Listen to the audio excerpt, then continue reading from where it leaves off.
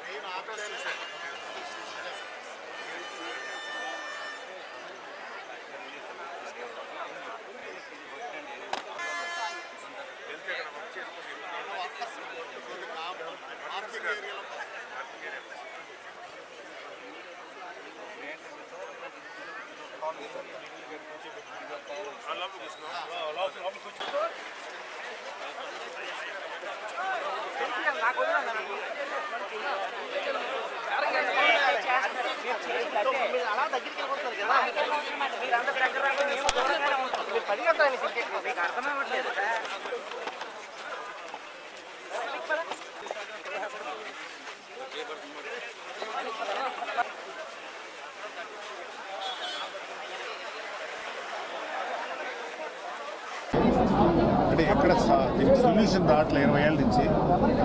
ఈ బస్ స్టాండ్కి సంబంధించిన విషయం నాకు 3 నెలల క్రితం ఒక ఇన్ఫర్మేషన్ ఉంది. తర్వాత రీసెంట్గా కౌన్సిల్లో మాట్లాడే ముందు కూడా కొంత ఇన్ఫర్మేషన్ గ్యాదర్ చేసుకున్నాను. చేసుకొని నేను నారాయణ గారు అడిగితే ఆయన సొల్యూషన్ అయితే చెప్పారు. సరే ఇక డైరెక్ట్గా వచ్చి చూసి సిచ్యువేషన్ ఎలా ఉంటుంది ఏంటనేది చూసుకొని మాట్లాడాను. డిపో మేనేజర్ గారు మొత్తం శ్రీకాకుళం అర్బన్ చైర్మన్ గారు మా మిగతా కార్యకర్త అందరం వచ్చాం.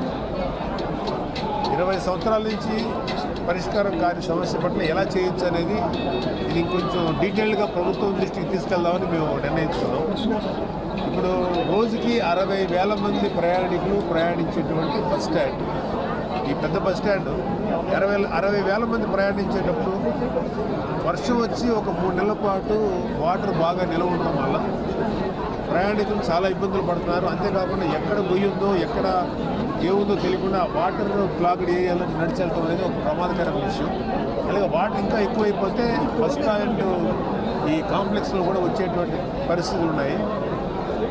ఇదేంటంటే నేను అడిగినప్పుడు ఏంటంటే వాటరు తీసి బయటికి మెయిన్ డే అండ్ నైట్ దీంట్లో సెంటర్ జంక్షన్ డ్రైన్లో కలుపుతామని వీళ్ళు ఆలోచిస్తున్నారు. అది ఒక సొల్యూషన్, అది టెంపరీ సొల్యూషన్. మాట్లాడిన దాన్ని బట్టి నాకు అర్థమైంది ఏంటంటే యాక్చువల్గా బస్ స్టాండ్ తాలూకు ఇంటిగ్రేటెడ్ బస్ స్టాండ్ కనుక క్రియేట్ చేయగలిగితే బస్ స్టాండ్ ఈ లో లెవెల్ నుంచి కొంచెం హైట్ లేపితే అన్ని రకాలుగా ఉపయోగపడుతుంది. వాటర్ నిల్వ ఉండడం తగ్గుతుంది. అలాగే 25 ప్లాట్ఫామ్స్ ఉన్నది ఇంచుమించు 40 ప్లాట్ఫామ్స్గా డెవలప్ చేయొచ్చు. అలాగే అలా డెవలప్ అయిన తర్వాత ఈ ఏరియాని కొంచెం ఆర్టీసీ వారికి ఉపయోగపడేలాంటి కమర్షియల్గా కూడా ఇన్కమ్ జనరేటెడ్ ఇదిగా మార్చచ్చు. నేను కొంచెం డీటెయిల్స్ తీసుకున్నాను. నెక్స్ట్ కౌన్సిల్ మీటింగ్లో ఈ ప్రపోజల్ వారికి ముందు పెడతాను. ఆర్టీసీ ఏదైతే మన ట్రాన్స్పోర్ట్ మినిస్టర్ గారు ఉన్నారో వారి ముందు పెడతాను. అలాగే దీనికి కొంచెం పైకి తీసుకెళ్ళి అందరితో మాట్లాడి, అంటే ఇప్పుడు ఆంధ్రప్రదేశ్లో చాలా బస్ స్టాండ్స్ అంటే లో లెవెల్లో పల్ల ప్రాంతాల్లో ఉన్న ఏరియాలో ఉన్న బస్ స్టాండ్స్ అన్నీ కూడా చాలా వరకు ఇలాంటి సమస్యలు ఉన్నాయి. కానీ అన్నిటికన్నా హైయెస్ట్ సమస్య శ్రీకాకుళం బస్ స్టాండ్. సో ముందు దీన్ని సాల్వ్ చేసుకోవాల్సిన బాధ్యత మనందరి మీద ఉంది. మేము ఈ విషయాన్ని కొంచెం డీటెయిల్స్ తీసుకొని ఖచ్చితంగా దీన్ని కౌన్సిల్లో నేను ప్రస్తావించి ఒక కౌన్సిల్ మెంబర్గా నాకు ఎంతవరకు అవకాశం ఉన్నంతవరకు మీకు ఈ ప్రయత్నం చేస్తానని నేను అందరికీ చెప్తున్నాను. థ్యాంక్ యూ అండి. Thank you very much. Government develop చేస్తుందా పీపీపీ ఫోన్లోకి వెళ్తారు సార్? అది నెంబర్ ఆఫ్ ప్రపోజల్స్ ఉన్నాయండి. పీపీటీలో కానీ లేకపోతే డైరెక్ట్గా ట్రాన్స్పోర్ట్ చేయడం కానీ, అంటే ఇది మెయిన్గా ట్రాన్స్పోర్ట్ డిపార్ట్మెంట్లో ట్రాన్స్పోర్ట్ మినిస్ట్రీలో ఉంది. సో పీపీటీ లాగా కూడా చేయాలని ఒక ప్రపోజల్ ఉంది. అవన్నీ కొంచెం డీటెయిల్గా తీసుకొని దీని ముందుకు తీసుకెళ్తాం. పీపీటీ కూడా అసలు మంచి ఐడియా, అది కూడా మేము ప్లాన్ చేసాం. గతంలో కూడా ఎన్నో సార్లు విజిట్ చేశారు సార్, చాలామంది చూశారు. ప్రతి సంవత్సరం కూడా వరద వస్తే ఇక్కడ అసలు ఉండలేని పరిస్థితి. డ్రైనేజ్ వాటర్ కూడా దీనికి వచ్చేసి డ్రైనేజ్ వాటర్ పరిష్కారం అనేది సూచించారు సార్. అంటే టైం బౌండ్ ఏమైనా ఉందా? టైం బౌండ్ ఏంటంటే ఇక్కడ వాటర్ని ఒక లో లెవెల్ ఏరియా తీసుకుని క్యాచ్మెంట్ అని అక్కడి నుంచి లిఫ్ట్ చేసి డే అండ్ నైట్ జంక్షన్ ద్వారా డైరెక్ట్గా నాగాళ్ళు పంపించడానికి ఒక ఐడియా ఉంది. అది టెంపరీ సొల్యూషన్ అని వాళ్ళే చెప్తున్నారు. మన నారాయణ గారు కూడా అదే మాట చెప్పారు. అయితే దానికంటే బెటర్ సొల్యూషను చేయగలిగే సొల్యూషన్ అనేది ఇంటిగ్రేటెడ్ బస్ స్టాండ్. అది కొంచెం ఖర్చుతో కూడుకున్న పని అయినా అది చేయాల్సిన అవసరం ఉంది. ఈ మధ్యకాలంలో మన సీఎం గారు చంద్రబాబు నాయుడు గారు కానీ డిప్యూటీ సీఎం పవన్ కళ్యాణ్ గారు ఇలా పెద్దవాళ్ళందరూ కూడా స్త్రీ శక్తి అని చెప్పి పెట్టి ఎక్కువ మంది మహిళలకు అవకాశం ఇచ్చారు ఫ్రీ బస్సు ట్రావెల్. దానివల్ల ట్రాఫిక్ ఇంకా పెరిగిపోవడం వల్ల ఇబ్బందులు ఇంకా పెరుగుతున్నాయి. ముందు వాళ్ళు చేస్తున్నటువంటి మంచి పనికి ఇలాంటి బస్ స్టాండ్స్ కొంచెం బెటర్గా చేయగలిగితే ఏదైతే ఈ స్త్రీ శక్తి అనేటువంటి కాన్సెప్ట్ తీసుకొచ్చి మహిళలకి ప్రాధాన్యత ఇస్తున్నారో అది కొంచెం సమర్థవంతంగా చేయడానికి ఉపయోగపడుతుందని నా ఉద్దేశం.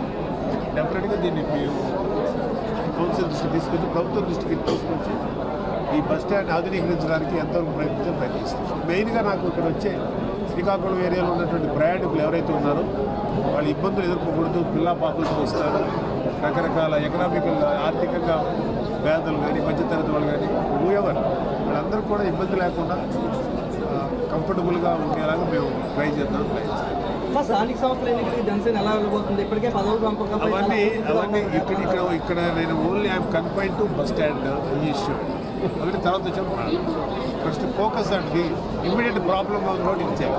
నెక్స్ట్ రైనీ సీజన్ అయిపోయి నెక్స్ట్ రైనీ సీజన్ కన్నా ఒక solution either lifting the water or ఇంకేదైనా చేయడానికి ఆస్కారం దాని మీద దృష్టి పెడతాం. మళ్ళీ నేను ఇంకోసారి వచ్చినప్పుడు మిగతా విషయాలు మాట్లాడతాను. Thank you.